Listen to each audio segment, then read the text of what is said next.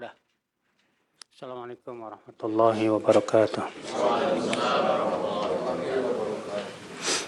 Alhamdulillah nahmaduhu wa nasta'inuhu wa nastaghfiruh wa na'udzu billahi min shururi anfusina wa min sayyiati a'malina.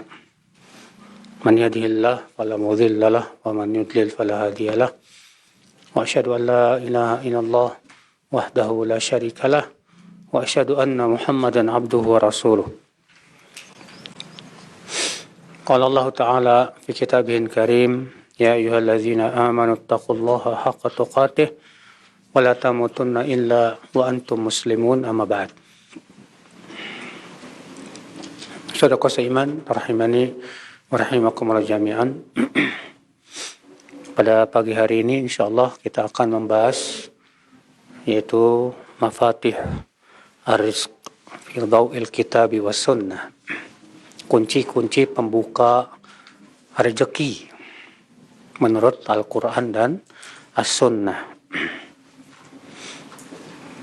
Namun tentunya saudaraku seiman ya, yang harus kita ingat di sini, jangan sampai tujuan utama kita adalah mengharapkan rezeki dunia. Karena ya, apabila amal saleh tujuannya adalah untuk mengharapkan rezeki dunia, maka amal soleh tersebut tidak bernilai pahala apa-apa. Bahkan Allah mengancam dalam surat Hud ayat 15-16. Man kana yuridul hayata dunya wa zinataha nuwaffi ilaihim a'malahum fiha wa hum fiha la yubkhasun. Barang siapa yang menginginkan dunia dan perhiasannya, maka kami akan berikan apa yang dia inginkan tersebut tanpa dikurangi. Ulaika alladzina laisa lahum fil akhirati illa an-nar. Tapi mereka di akhirat tidak mendapat apa-apa kecuali api neraka. Ya. Wa habita ma sana'u fiha wa batilum ma kanu ya'malun. Batal yang mereka lakukan dan sia-sia apa yang mereka amalkan. Ada sebuah kaidah dalam usul fikih, yaitu kaidah fikih yajuzu tab'an ma la yajuzu istiqlalan. Boleh kalau ngikut, tapi kalau berdiri sendiri tidak boleh. Artinya ketika kita mengamalkan amalan-amalan ini, kalau tujuan utamanya adalah karena Allah, kemudian ada niat yang ngikut. Apa itu? Misalnya karena mengharapkan rezeki misalnya. Tapi itu bukan niat utama. Cuma sebatas ngikut saja. Maka yang sebab ini tidak apa-apa kata para ulama. Iya. Tapi kalau misalnya tujuan utamanya pengen dapat rezeki, dan karena Allahnya cuma ngikut doang, maka ini yang tidak akan dinilai apa-apa oleh Allah Subhanahu wa Ta'ala. Makanya kata Imam Suyuti ya, dalam Al-Ashbah wa Nadhair, orang yang haji niatnya dua. Niat pertama karena Allah, niat yang kedua karena dunia. Maka kata beliau dilihat mana yang paling dominan. Kalau yang paling dominan itu karena Allah, dapat pahala. Kalau yang paling dominan itu karena dunianya, dapat dosa. Kalau seimbang gimana? 50-50. Kata beliau tasaqata, saling berguguran. Tidak dapat pahala, nggak dapat dosa. Nol. Iya. Ikhwat Islam saudaraku seiman.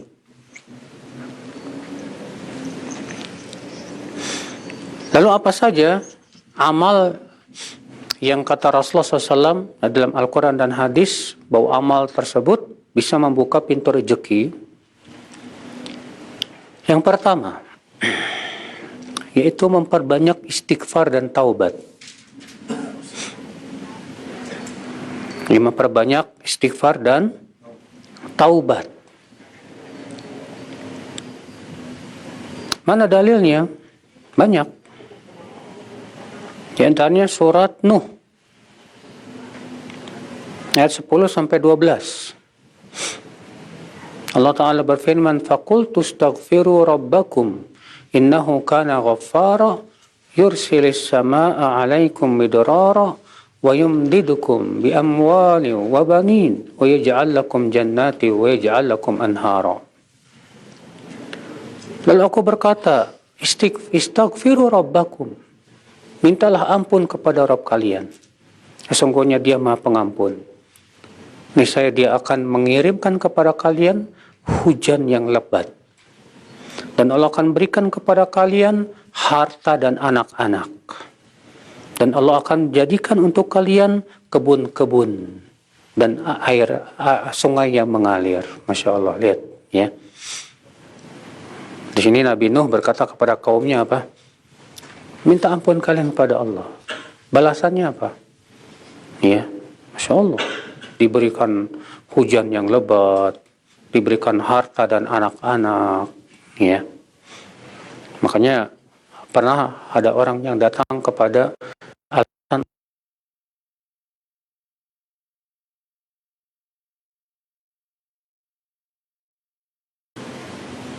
Satu lagi datang, hai Hasan, saya sudah lama nggak punya anak.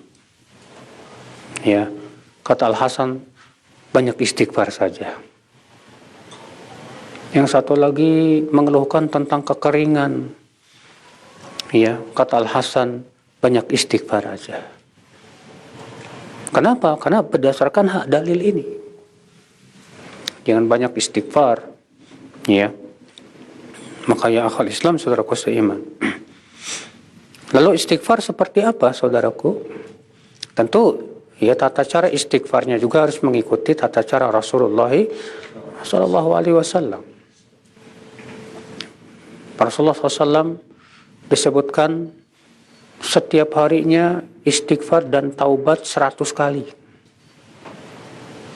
Dan dalam riwayat Imam Ahmad, Rasulullah SAW setelah salat duha mengucapkan Rabbighfirli wa tub alayya innaka antat tawwabur rahim 100 kali. Dalam sebuah riwayat Ibnu Umar, kata Ibnu Umar, aku menghitung dalam satu majlis Rasulullah SAW, beliau mengucapkan Allahumma gfirli wa tub alayya innaka antat tawwabur rahim 100 kali. Iya.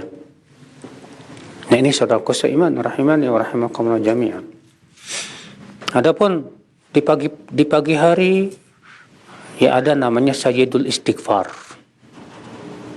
Rasulullah menganjurkan membaca Sayyidul Istighfar di pagi dan petang. Di dalam sholat Rasulullah SAW mengajarkan Abu Bakar, ya, yaitu istighfar. Allahumma inni dhalamtu nafsi zulman katsira wa la yaghfiru dzunuba illa anta faghfirli maghfiratan min indika warhamni innaka antal ghafurur rahim. Setelah sholat Rasulullah mengajarkan astagfirullah, astagfirullah, astagfirullah 3 kali. Demikian pula dalam hadis Ali bin Abi Thalib, wa Rasulullah SAW setelah sholat mengucapkan Allahumma gfirli ma qaddamtu wa ma akhartu wa ma asrartu wa ma a'lantu wa ma asraftu wa ma anta alamu bihi minni antal muqaddim wa antal muakhir la ilaha illa ant. Ya Allah, ampuni dosaku, apa yang telah lalu maupun yang akan datang. Ya, baik dosa yang sembunyi-sembunyi maupun yang terang-terangan. Dan apa yang aku berlebihan padanya dan yang engkau lebih tahu tentangnya. Ya. Engkaulah yang mengedepankan dan mengakhirkan. Ya. Ini Nabi memohon ampun setelah sholat demikian. Jadi saudaraku seiman, ya, banyak istighfar kepada Allah Subhanahu wa taala.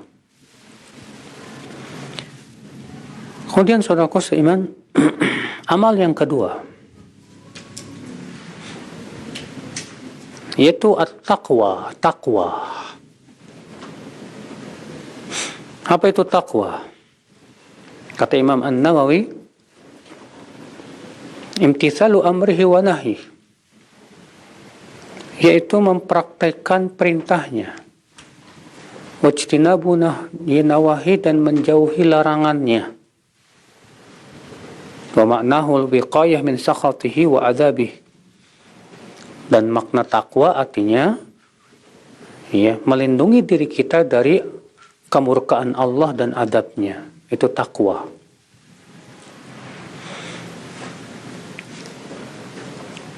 Mana dalilnya bahwa takwa itu membuka pintu rezeki? Yaitu surat At-Talaq ayat 2-3.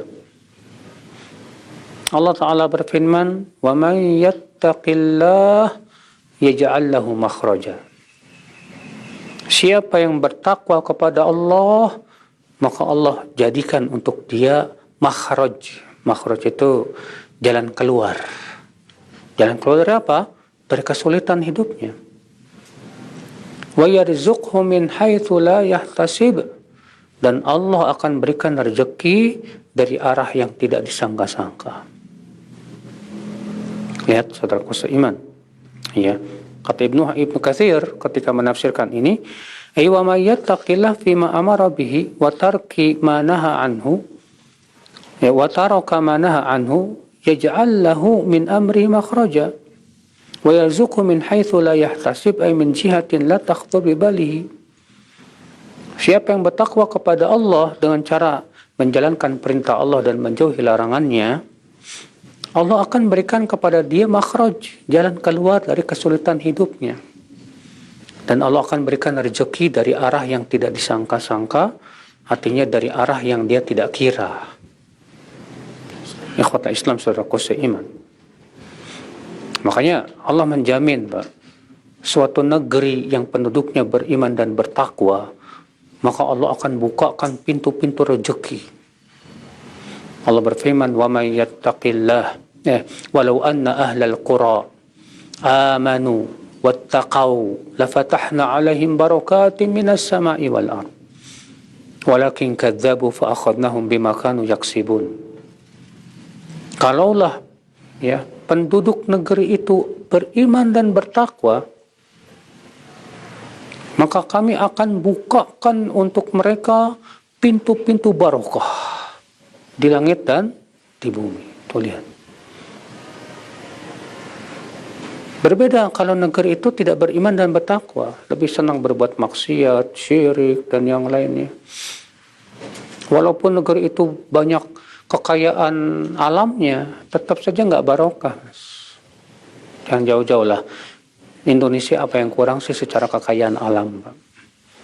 Indonesia ini kekayaan alamnya luar biasa. Tapi pejabatnya banyak yang koruptor, rakyatnya banyak berbuat syirik, bid'ah, maksiat. Akhirnya apa yang terjadi? Allah cabut kebarokahnya, Pak.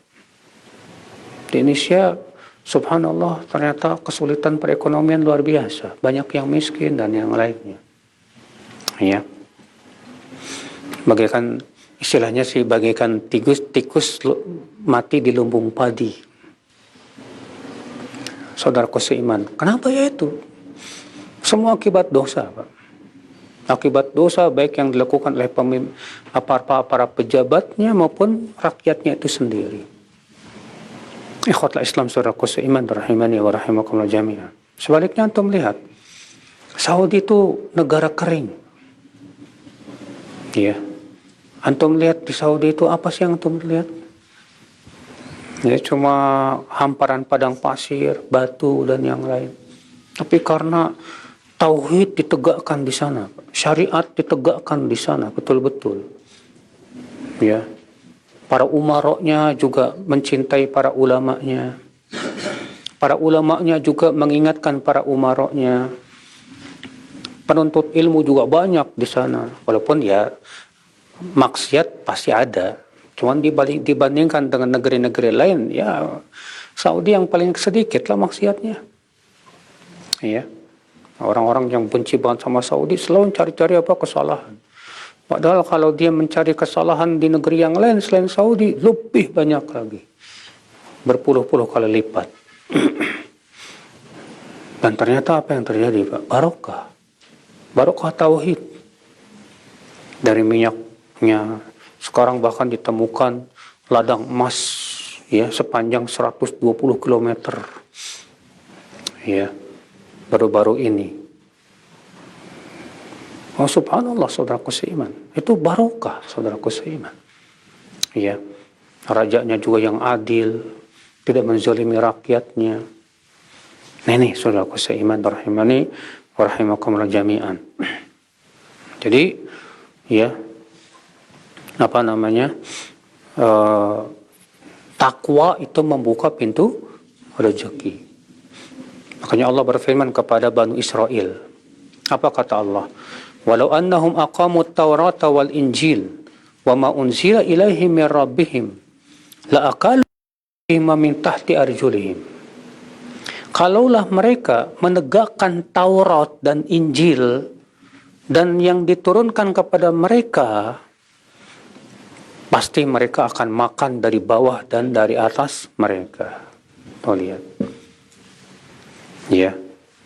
Ini menunjukkan akan takwa. Itu yang membuka pintu syukur, rezeki.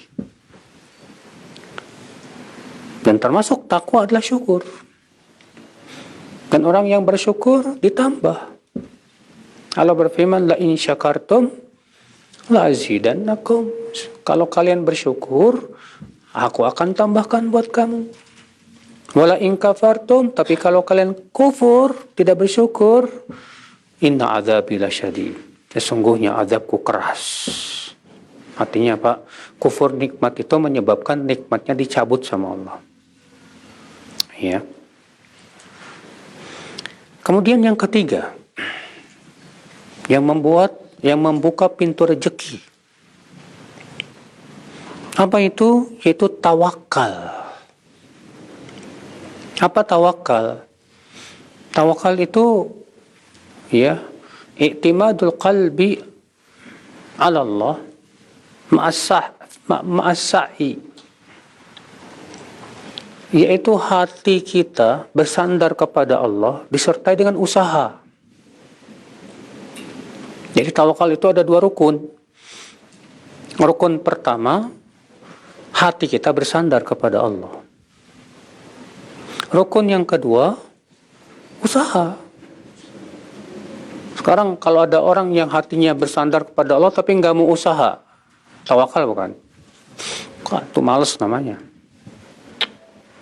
Kalau ada orang yang berusaha tapi tidak bersandar kepada Allah, tapi bersandarnya kepada skill kemampuannya, syirik namanya, Pak.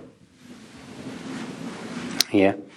Maka disebut tawakal itu kalau hati kita serahkan kepada Allah Subhanahu wa taala. Mana dalilnya? Ikhwata Islam saudaraku seiman, rahimani wa rahimakumullah jami'an. Itu hadis yang dikutip Imam Ahmad, Tirmizi, Ibnu Majah dan yang lainnya.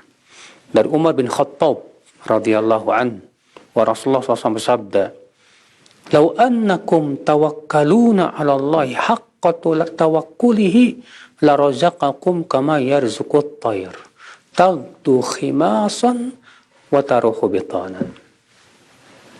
Kalaulah kalian bertawakal kepada Allah dengan sebenar-benar tawakal, pasti kalian akan diberikan rezeki seperti diberikan rezekinya kepada burung. Di pagi hari, burung pergi dalam keadaan apa? Temboloknya kosong. Di sore hari, burung pulang dalam keadaan temboloknya sudah penuh. Ya, padahal burung nggak pernah belajar, nggak pernah kuliah, nggak punya ijazah. Ya, burung cuma apa Pak? Usaha doang Pak, terbang sana, terbang sini. Ayam juga lihat, dia pergi ke sana, korek sana, korek sini, patuk sana, dan yang lainnya. Pulang temboloknya penuh. Kalau Allah mampu memberikan rezeki kepada burung, kepada ikan-ikan yang ada di laut yang begitu sangat banyak, maka Allah sangat mampu memberikan rezeki kepada kita manusia, saudaraku seiman. Makanya Allah berfirman, "Wa may yatawakkal 'ala Allah fahuwa hasbuh." Siapa yang bertawakal kepada Allah, maka Allah akan mencukupinya. Fahuwa hasbuh. Ya. Mencukupi dengan apa? Dengan semuanya.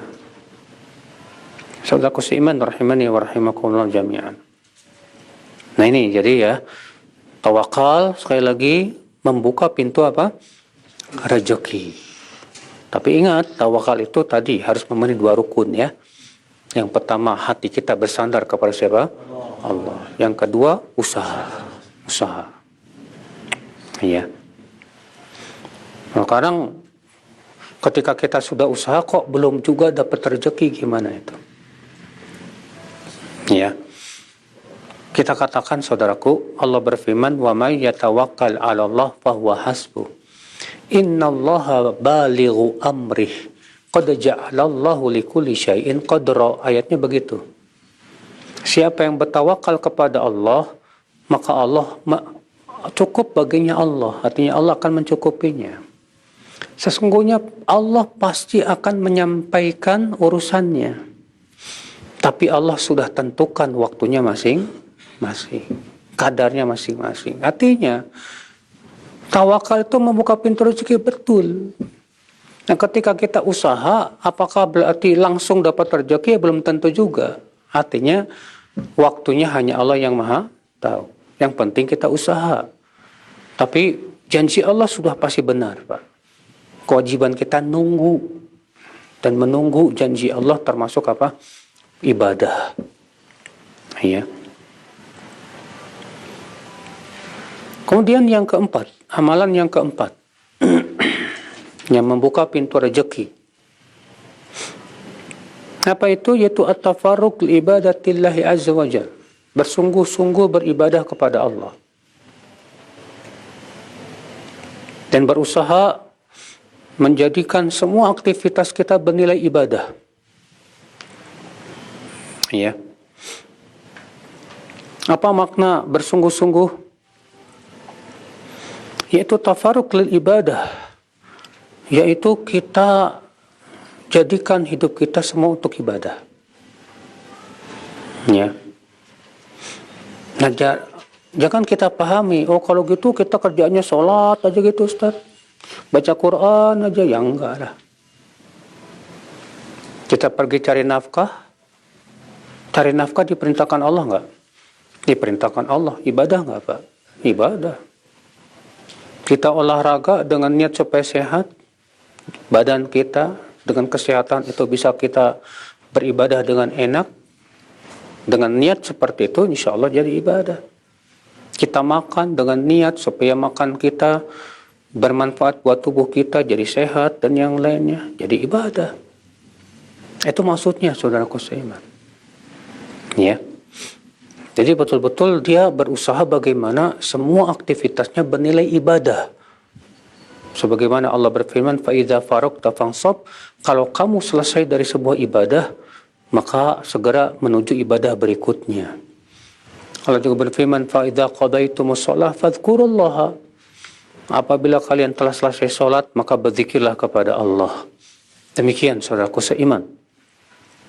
Mana dalilnya? Ya. Bahwa bersungguh-sungguh ibadah itu membuka pintu rezeki. Yaitu hadis yang dikeluarkan Imam Ahmad, Tirmidzi, Ibnu Majah, Al-Hakim dari hadis Abu Hurairah bahwa Nabi SAW sabda, "Inna Allah Ta'ala yaqul," Allah Ta'ala berfirman, "Ya ibna Adam, tafarraq li ibadati amla sadraka ghina wa asuddu faqrak. Wa illa taf'al mala'tu yadaka syuglan wa lam asudda faqrak." Wahai ibnu Adam, bersungguh-sungguhlah kamu untuk ibadah kepadaku. Aku akan penuhi dadamu, hatimu dengan kekayaan. Dan aku akan tutupi kefakiranmu. Jika kamu tidak bersungguh-sungguh ibadah, maka aku akan penuhi ya dirimu dengan kesibukan-kesibukan yang enggak. Dan aku pun tidak akan menutupi kefakiranmu. Iya, khotbah Islam saudaraku seiman rahimani wa rahimakumullah jami'an. Jadi kalau misalnya kita bersungguh-sungguh ibadah, istilahnya mabuk agama lah Pak. Jangan kira mabuk agama itu menutup pintu rezeki, membuat kita nggak maju kata siapa. Ya. Tapi ketika kita bersungguh-sungguh ibadah, justru Allah akan tanggung, Pak. Allah pasti jamin rezeki kita. Ikhwat Islam saudaraku seiman, rahimani wa rahimakumullah jami'an. Amalan yang kelima. Kelima ya? Keempat apa kelima? Kelima. Apa yang membuka pintu rezeki? Yaitu al-mutaba'ah bainal haji wal umrah. Mengikutkan haji dan umroh, mengikuti haji dan umroh.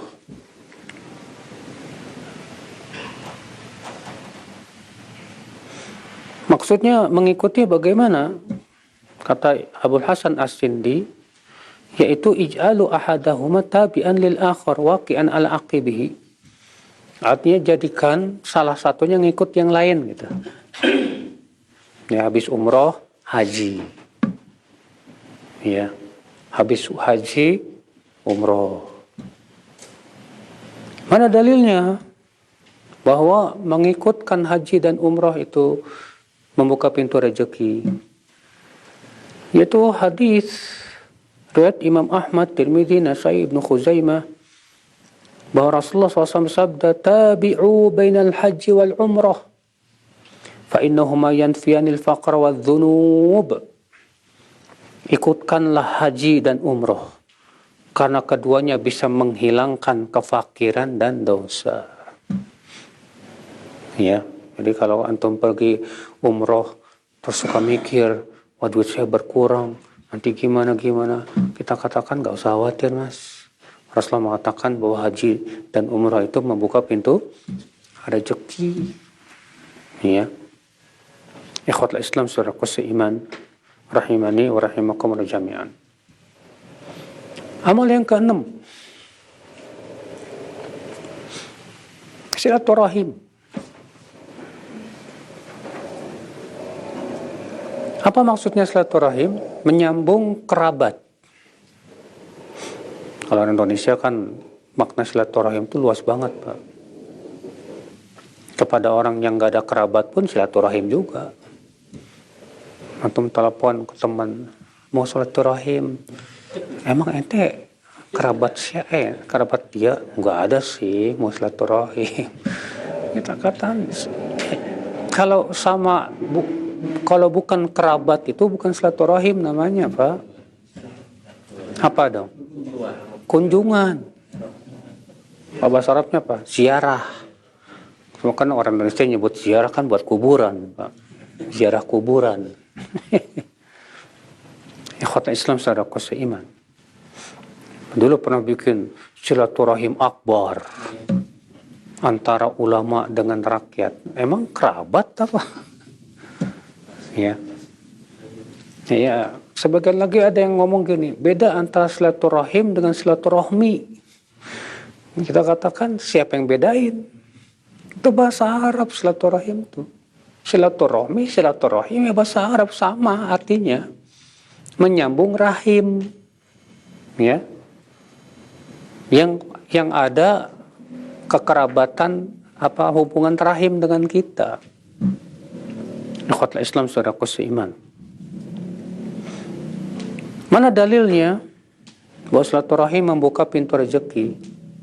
Hadis Rasulullah sabda yang dikeluarkan oleh Bukhari dari hadis Abu Hurairah, man sarrahu an yubsata fi rizqihi wa an yunsa'alahu fi atharihi falyasil rahimah. Siapa yang merasa suka untuk dipanjangkan umurnya dan diluaskan rezekinya, hendaklah ia menyambung silaturahim. Lihat ya. Jadi menyambung silaturahim itu Pak, membuka pintu rezeki Pak. Iya. Semakin kita sering silaturahim, semakin terbuka pintu-pintu rezeki insya Allah. Tapi juga jangan sampai kita silaturahim tujuannya itu Pak, pinjam duit 100 dong. Ya. Tapi niat kita lillah. Ya. Tapi kalau kita tahu saudara kita lagi butuh, saudara harus lebih kita dahulukan daripada yang lainnya. Ikhwata Islam saudaraku seiman rahimani wa rahimakumullah jami'an. Makanya Rasulullah menyuruh kita untuk mempelajari nasab kita, Pak. Kata Rasulullah, ta'allamu min ansabikum ma tasiluna bi arhamakum. Pelajarilah nasab kalian. Ya, agar kalian bisa menyambung silaturahim. Jadi kita tahu nih nasab ke ibu siapa saja, saudara ibunya siapa aja, kakeknya, anak kakeknya siapa aja. Jadi kita bisa menyambung silaturahim. Ikhwatul Islam saudaraku seiman. Kemudian saudaraku seiman, di zaman sekarang silaturahim mudah alhamdulillah Pak. Antum bikin grup WA, saling menyapa di grup, itu sudah termasuk silaturahim. Makanya kata sebagian masyayikh, orang yang keluar dari grup keluarga itu bisa dianggap memutuskan silaturahim. Ya.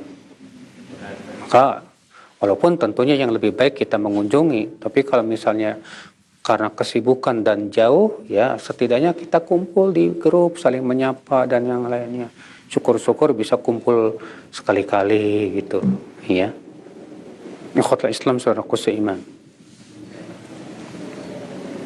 Kemudian amal yang ketujuh yang membuka pintu rezeki, al-infaq fi sabilillah, yaitu berinfak di jalan Allah.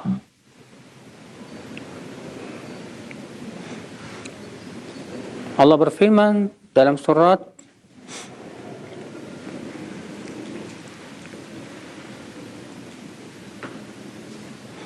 Saba ayat 39. Wa ma anfaqtum min syai'in fahuwa yukhlifuh wa huwa khairur raziqin. Tidaklah kalian menginfakkan sesuatu kecuali Allah pasti ganti. Dan Allah sebaik-baik yang pemberi rezeki. Ya. Yang kita infakkan di jalan Allah emangnya enggak diganti, Pak? Diganti, Pak.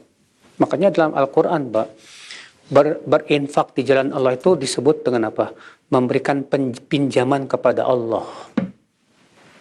Allah berfirman, "Man dzalladzi yuqridullaha qardan hasanan fayudha'ifahu." Siapa yang mau memberikan pinjaman kepada Allah, maka Allah akan lipat gandakan balasannya. Ya. Kita kasih pinjaman ke Allah dengan bersedekah, berinfak. Diganti sama Allah dengan surga. Mau nggak? Siapa yang nggak mau? Kata Rasulullah SAW, "Idza tasaddaqa rajul bi'adli tamrah." Apabila seseorang bersedekah dengan sebutir kurma, min kasbin thayyib, dari usaha yang halal, taqabbalallahu biyamini, Allah akan terima dengan tangan kanannya, fayurabbiha, lalu Allah kembang biakan hatta tasira mithlal jabal, sehingga menjadi sebesar gunung. Ajib, cuma satu butir kurma dari usaha yang halal diinfakkan buat fakir miskin, dikasih nih, Allah kembang biakan sampai sebesar gunung. Masya Allah. Kalau bisnis mana bisa? Mungkin enggak. Kalau bisnis modal 10.000, untungnya 10 juta. Kayaknya mustahil, Mas. Tapi kalau sedekah sangat bisa. Ya, antum infakkan 10.000, Allah ganti dengan yang berpuluh ratusan kali lipat dari itu. Ikhwatul Islam saudaraku seiman rahimani wa rahimakumullah jami'an. Nah ini saudaraku seiman. Jadi kalau kita bersedekah, justru itu membuka pintu rezeki. Justru semakin barokah harta kita ya, kalau kita bersodako. Ya banyak, karena masalahnya Pak, banyak orang yang ketika mau sedekah itu takut miskin. Makanya Allah mengatakan begitu dalam surat Al-Baqarah ayat 268. Apa kata Allah? Asyaitanu ya'idukumul faqr. Setan ya menjanjikan kefakiran atas kalian. Menakut-nakuti dengan apa? Kefakiran. Nanti kalau kamu sedekah, kamu bakal fakir miskin. Nanti kamu duitnya kurang dan lain-lain. Ya. Sementara Allah sudah menjanjikan surga bagi mereka yang mau sedekah di jalan Allah Subhanahu wa taala. Ikhwatul Islam saudaraku seiman. Dan sebutkan dalam hadis ya, setiap pagi ada 2 malaikat yang turun. Yang satu berkata apa? Allahumma a'ti munfiqan khalafa. Ya Allah, gantikan orang yang berinfak. Yang satu lagi berkata, Allahumma a'ti mumsikan talafa. Ya Allah, hancurkan harta orang yang pelit. Justru kalau kita pelit, membuat harta kita hancur, Pak, kata Rasulullah SAW. Ikhwatul Islam saudaraku seiman. Bahkan dalam hadis yang pernah saya baca ya, waktu kajian Sahih Muslim kemarin itu, tentang kisah ada orang yang mendengar suara di langit, di awan. Masih ingat nggak? Lalu orang itu berkata, ya hujani kebun si fulan itu, disebutkan namanya. Lalu tiba-tiba awan itu pergi ke suatu tempat, lalu hujan. Lalu orang itu ngikutin selokan air. Ternyata di situ ada kebun dan di situ ada orang. Lalu ditanya, kamu siapa namanya? Fulan bin Fulan. Oh, namanya sama dengan yang di awan. Apa yang kamu lakukan dengan perbuatanmu? Dengan perbuatanmu itu? Emang kenapa? Kok kamu nanya segala? Enggak, tadi aku mendengar suara di awan menyebutkan nama kamu. Ya kata dia, hasil panenku aku bagi 3. 1/3 untuk fakir miskin, 1/3 untuk keluarga aku makan, 1/3 lagi untuk ditanam lagi. Rupanya gara-gara itu Allah malah memberikan rezeki yang banyak buat dia. Ikhwatul Islam saudaraku seiman, rahimani wa rahimakumullah jami'an. Dan itu terbukti, Pak. Ya. Ada orang saya membaca ya sebuah kisah itu di Mesir. Ada beberapa orang bersekutu untuk bikin bisnis. Kemudian mereka bersepakat bahwa ya 25% dari hasil bisnis kita untuk Allah. Rupanya apa yang terjadi, Pak? Barokah, Pak. Barokah sampai menjadi banyak sekali ya aset-asetnya. Akhirnya mereka sepakat lagi. Kalau gitu kita tambahkan untuk Allah 50% dari hasil bisnis. Semakin lagi Allah barokahkan. Saudaraku seiman, rahimani wa rahimakumullah jami'an. Nah, ikhwatul Islam. Ini memang sesuatu yang memang karena Allah pasti Allah bantu ya ikhwatul Islam. Ya. Kemudian yang keberapa? Ke-8. Amal ke-8. Yaitu membiayai orang yang menuntut ilmu Allah. Membiayai orang yang menuntut ilmu Allah Subhanahu wa ta'ala. Mana dalilnya? Hadis yang dikutip Imam At-Tirmidzi dan Al-Hakim dari Anas bin Malik. Wah, dulu di zaman Rasulullah SAW ada 2 orang bersaudara, kakak beradik. Rupanya yang satunya itu dia bekerja cari nafkah. Yang satu lagi Dia kerjaannya nuntut ilmu di majlisnya Rasulullah SAW. Apa yang terjadi? Yang bekerja ini akhirnya mengadu ke Rasulullah. Hai Rasulullah, saudara saya ini nggak mau cari nafkah. Aku yang nafkahin dia. Dia kerjanya nuntut ilmu aja. Apa kata Rasulullah? La'allaka turzaq bihi. Bisa jadi kamu diberikan rezeki gara-gara itu. Iya. Makanya, ya. Kalau zaman sekarang misalnya istilahnya ada orang tua angkat gitu, Pak. Ada penuntut ilmu, nggak punya duit, orang tuanya miskin, pengen menuntut ilmu, ya udah kita biayai, ya udah, saya biayai deh, ya, untuk menuntut ilmu. Nah itu membuka pintu apa? Rezeki, saudaraku seiman, rahimani wa rahimakumullah jami'an. Makanya kata Rasulullah SAW apa? Ibghani du'afa. Ya, fa innama tunsaruna wa turzaquna bi du'afaikum. Carilah aku dengan memperhatikan orang-orang lemah. Karena kalian ditolong oleh Allah dan diberi rezeki disebabkan memperhatikan orang lemah. Orang-orang lemah ini. Orang-orang susah. Ketika kita perhatikan mereka, insya Allah itu membuka pintu-pintu rezeki. Saudaraku seiman. Rahimani wa rahimakumullah jami'an. Yang ke-9. Yaitu membantu orang-orang yang susah hidupnya.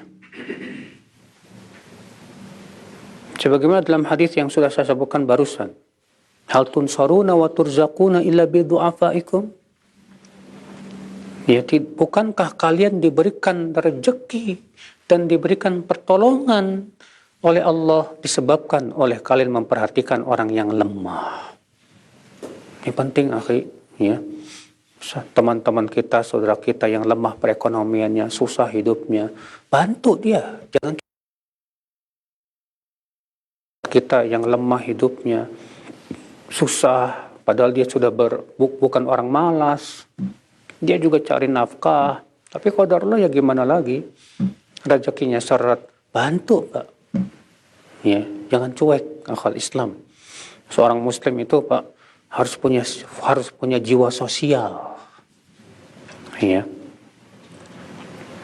Kemudian apa lagi yang ke-10? Itu al-muhajirah fi sabilillah. Berhijrah di jalan Allah.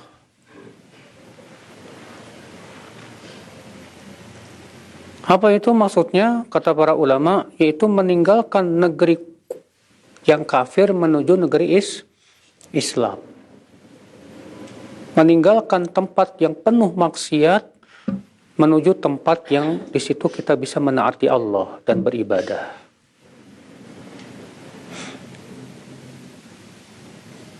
Mana dalilnya? Yaitu surat An-Nisa ayat 100. Wa man yuhajir fi sabilillah yajid fil ardi muraghaman katsiran wa sa'ah.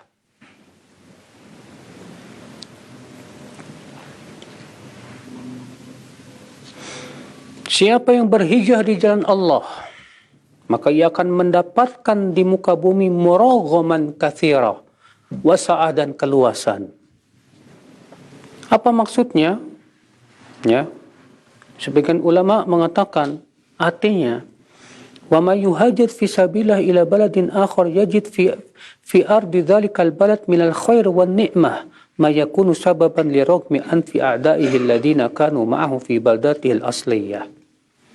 Siapa yang berhijrah di jalan Allah menuju negeri lain yang dia bebas beribadah kepada Allah, ya, maka dia akan mendapatkan di negeri itu kebaikan dan kenikmatan yang menjadi sebab musuh-musuh mereka menjadi marah dan tidak suka.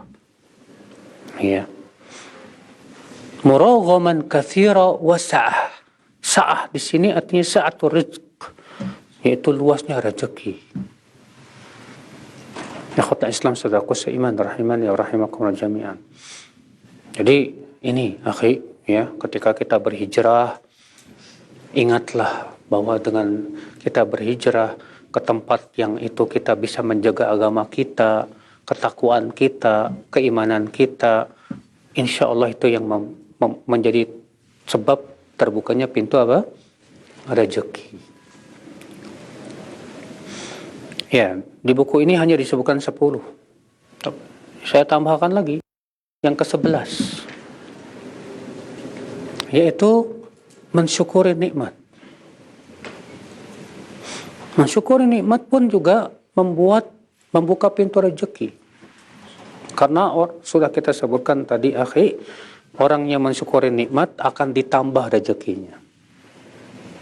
La in syakartum la azidannakum. Kalau kalian bersyukur, aku akan tambah. Ya. Antum punya mobil, bersyukur kepada Allah. Digunakan mobil itu untuk apa?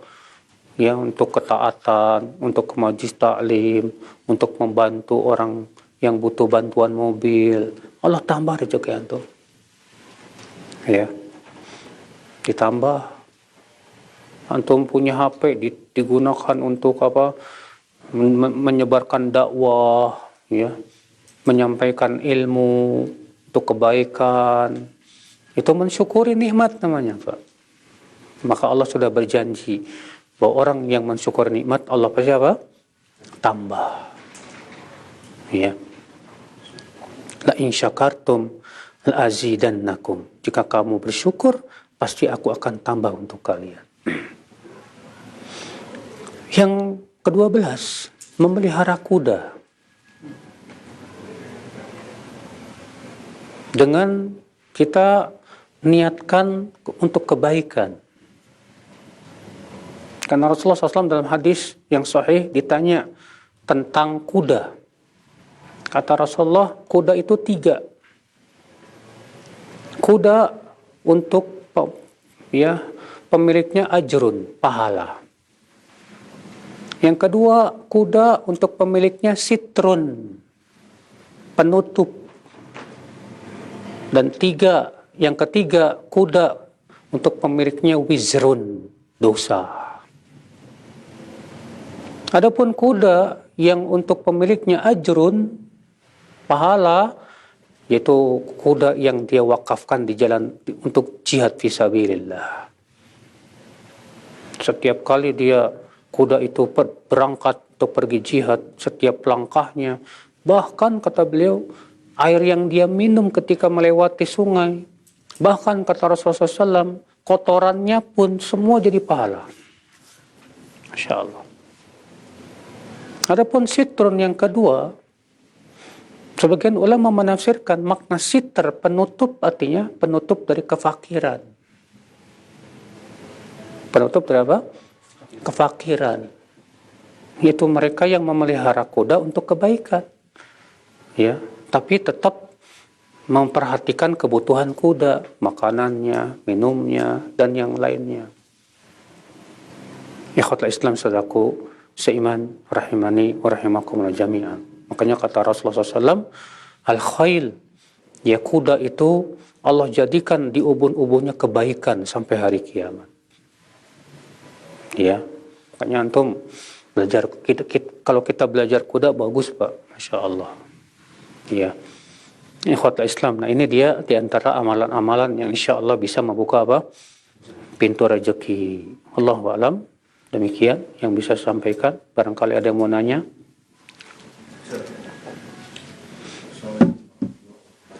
Salam. Batasan yang kira-kira yang membolehkan syariat, misalnya kita Agak kencang, Bah. batasan yang kira-kira dibolehkan oleh syariat dan mendapatkan pahala. Misalnya kita umroh, Ustaz, niatnya mengikuti Allah dan Rasulnya. Tapi ketika di doa atau ketika berdoa banyak untuk kebaikan dunia, itu apa dibolehkan, Ustaz? Maksudnya berdoa ya? Iya, berdoa. Iya. Berdoa itu hendaknya menggabungkan kebaikan dunia dan akhirat. Allah menyebutkan dalam Al-Quran surat Al-Baqarah itu, ya, faminhum man yaqulu wa minan nasi wa man yaqulu rabbana atina fid dunya wa ma lahu fil akhirati min khalaq. Wa minhum may yaqulu rabbana atina fid dunya hasanah wa fil akhirati hasanah wa qina adzabannar. Di antara manusia ada yang berdoa, Rabbana atina fid dunya, ya Allah berikan kepadaku dunia. Sementara akhirat tidak ada bagian dalam doanya. Kata Imam At-Tabari, ini celaan terhadap orang yang berdoa hanya isinya apa? Dunia saja. Allah mencela. Lalu Allah memuji orang yang berdoa isinya mengumpulkan kebaikan dan dunia dan akhirat. Wa minhum, dan di antara mereka berkata, Rabbana atina fid dunya hasanah wa fil akhirati hasanah wa qina adzabannar. Makanya sebaik-baik doa itu yang mengumpulkan kebaikan dunia dan akhirat. Contoh saya Rasulullah SAW, ya setelah salat subuh mengajarkan doa apa? Allahumma inni as'aluka ilman nafi'a wa rizqan thayyiba wa amalan mutaqabbala. Itu mengumpulkan kebaikan dunia dan akhirat. Ya. Doa zikir pagi dan petang juga. Allahumma inni as'aluka al-'afwa wal 'afiyah fid dunya wal akhirah. Allahumma inni as'aluka al-'afwa wal 'afiyah fi dini wa dunyaya wa ahli wa mali. Allahumma astur awrati wa amin rawati. Itu isinya mengumpulkan kebaikan dunia dan akhirat. Ya. Paham? Ini Ustaz, ketika kita berdoa dan berusaha, qadarullah belum terkabul doa. Nah, kita dinisbatkan gini, apakah ini dosa-dosa kita? Nah, sementara itu setahu anak itu dalam hal ibadah gitu kan. Nah, itu gimana Ustaz? Doa, kita sudah berdoa, sudah kita berusaha, tapi belum juga terkabul. Bagaimana itu? Akhi, doa seorang mukmin pasti diijabah. Doa seorang muslim mukmin pasti ijabah. Ini baterainya habis lagi. Bisa tolong ambilkan di tas sana nggak? Di paling atas di kamar.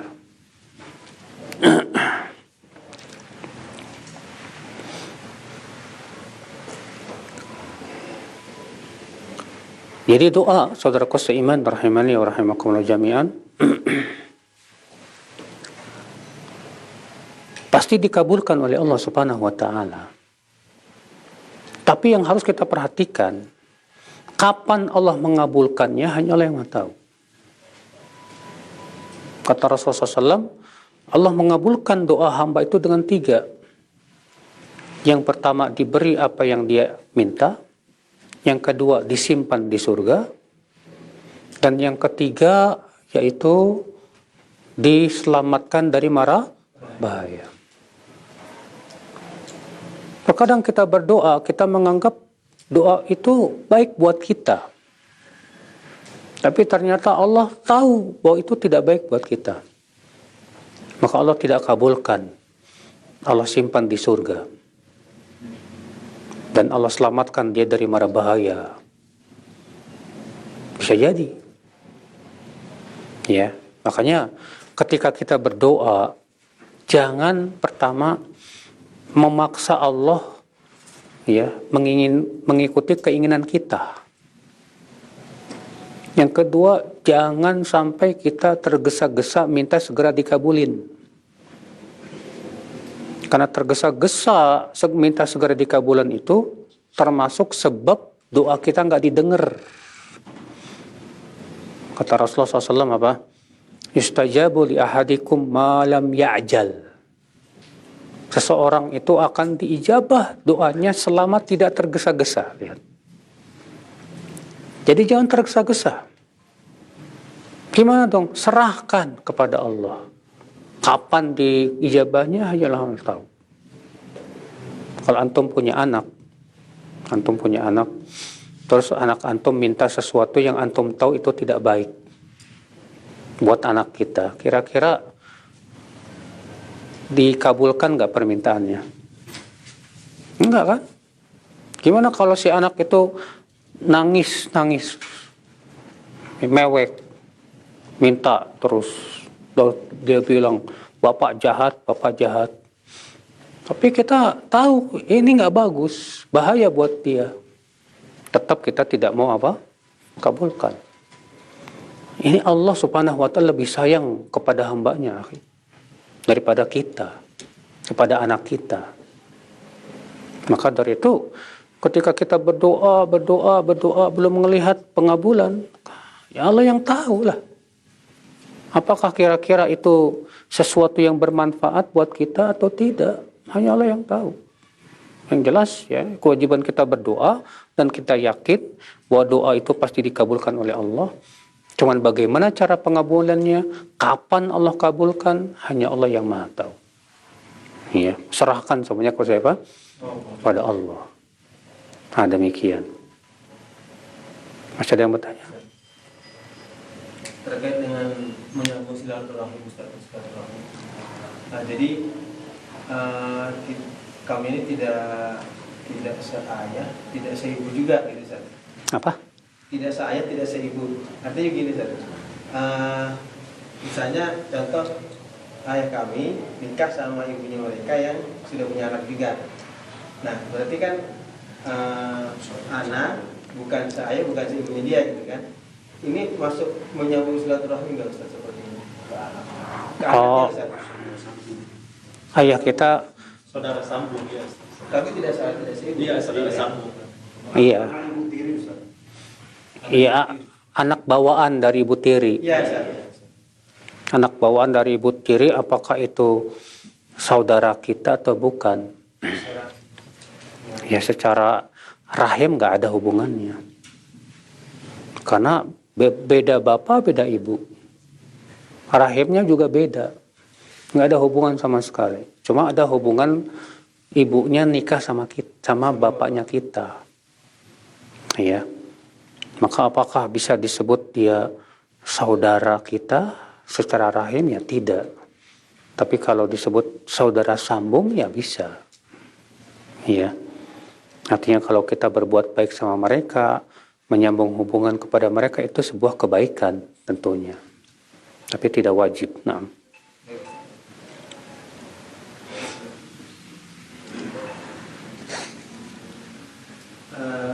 Lafaz istighfar yang setelah sholat istighfar kira-kira astagfirullah. Bolehkah diamalkan secara mutlak lagi di jalan, lagi di motor? Lafaz Ya. Beristighfar ya ada dua. Istighfar yang sifatnya muqayyad. Istighfar yang sifatnya apa? Muqayyad. Itu istighfar ya di dalam sholat, setelah sholat. Dan ada istighfar yang sifatnya mutlak. Yaitu kapan saja kita ucapkan, di mana saja kita ucapkan. Kita ucapkan astagfirullah wa tubu ilaih atau rabbighfirli wa tub alayya innaka antat tawwabur rahim. Ya kita perbanyak itu. Jadi istighfar sama dengan zikir. Zikir pun ada zikir muqayyad yang terikat dengan waktu dan tempat.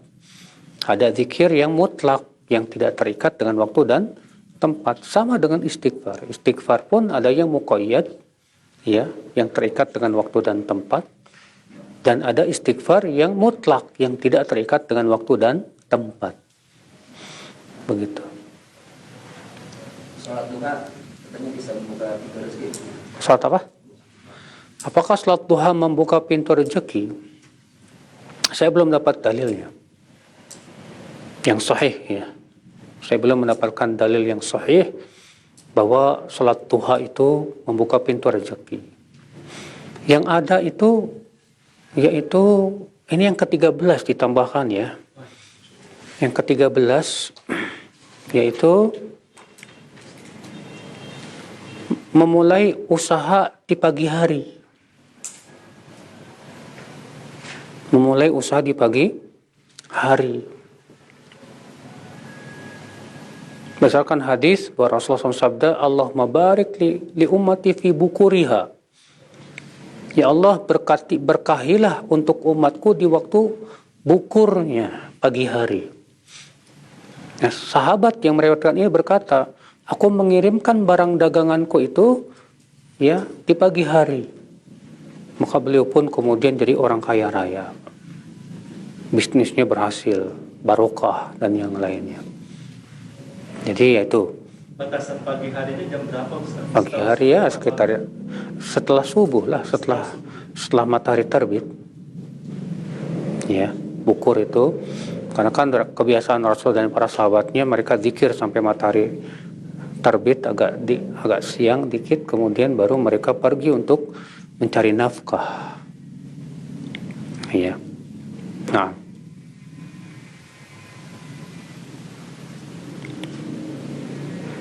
Masih ada yang bertanya? Tidak ada? Kalau tidak ada, baik kita tutup sampai di sini. Subhanakallah bihamdik. Asyhadu an la ilaha illa anta astaghfiruka wa atubu ilaik. Wassalamualaikum warahmatullahi wabarakatuh.